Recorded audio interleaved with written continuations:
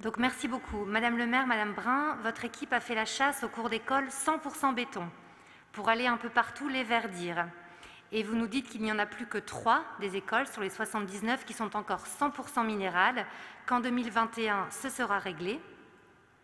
Attention aux raccourcis de communication.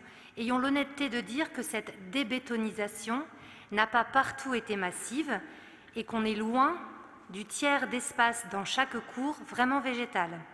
Alors, signer ce soir pour ce projet européen qui va permettre de financer la mise au vert massive de 10 écoles sur 8 ans, c'est oui, bien sûr, nous voterons pour. Dans une ville si dense, urbaine à 93% de sa surface, qui laisse si peu de place aux espaces de nature, qui n'a aucun espace naturel protégé, c'est à une autre chasse que le groupe Faire Respirer l'île vous invite ce soir.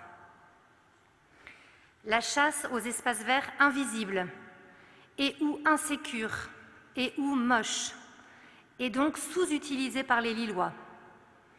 Par exemple, ce que nous avions appelé dans notre programme la zone d'un futur bioparc des remparts, tout au nord, véritable coulée verte trop peu visible, mais aussi des lieux plus modestes en taille. Je pense au square d'Aubenton, du métro Gambetta, que la rénovation pourtant récente n'a pas du tout rendu aux habitants. Je n'y vois toujours pas d'enfants y jouer. Il aurait pourtant pu devenir sans grands frais, car évidemment on ne demande pas des jardins à la française, l'un des 50 cœurs de verdure que nous appelions de nos vœux. Des exemples, j'en ai plein. Je pense aussi au méconnu Jardin des Plantes ou au parc de la mairie de Oisem, confisqué pour les raisons que vous connaissez. Voilà, faisons la chasse aux espaces verts peu attractifs pour qu'ils le deviennent. Et j'en reviens un instant aux enfants. Je ne veux pas renchérir sur la biodiversité ou l'urgence climatique, sur ce sujet de la végétalisation des cours d'école, mais bien sur leur quotidien. Mettons-nous à la place de nos enfants. Oui, végétalisons les écoles, mais pas seulement pour l'objectif climatique ou pour faire de la nature un objet d'observation. Végétalisons pour créer des lieux pour jouer, toucher, escalader, se cacher, bref, être libre pour bien grandir. Et c'est d'ailleurs un sacré défi pour nous les adultes ou pour les enseignants, pour les animateurs, que de les laisser faire. Le groupe Faire Respirer l'île en est convaincu. Une ville durable, c'est une ville adaptée à ses enfants.